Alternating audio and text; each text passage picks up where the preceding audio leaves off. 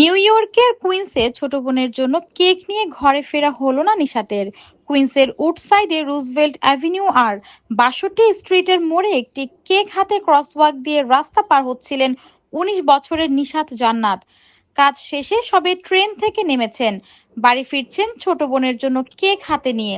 ঠিক সেই মুহূর্তে পশ্চিমমুখী রুজভেল্ট অ্যাভিনিউ ধরে আসা রয়্যাল ওয়েস্ট সার্ভিসেসের একটি বিশালাকার গার্বেজ ট্রাক ডান দিকে মোড় নিতে গিয়ে ক্রসওয়াকে পা রাখা নিশাতকে সজোরে ধাক্কা দেয়।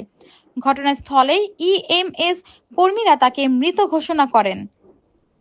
তার বাড়ি ছিল মাত্র ১০ মিনিটের হাঁটা পথ দূরে ৫৫তম স্ট্রিটে।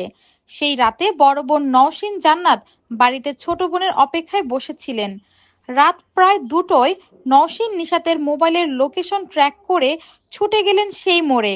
মা বাবা সহ দৌড়ে গিয়ে দেখলেন চারিদিকে শুধু পুলিশের গাড়ি। নিশাতের নিথর দেহ ঘিরে তখন বিলাপের ভারী হয়ে উঠেছে আশেপাশের এলাকা। নিশাত জান্নাত ছিলেন জ্যামাইকার পার্সন্স বুলেভার্ডে একটি পার্কিং গ্যারেজের পার্ট টাইম রিসেপশনিস্ট। কালো ইউনিফর্ম পরে প্রতিদিন কাজে যেতেন। রোববার রাত ১১টার দিকে কাজ শেষে ট্রেনে উঠলেন, উডসাইড স্টেশনে নামলেন। বাড়ি ফেরার আগে ভাবলেন ছোট বোনের জন্য কেক নিয়ে যাই।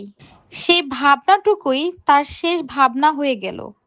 News desk, Shark TV.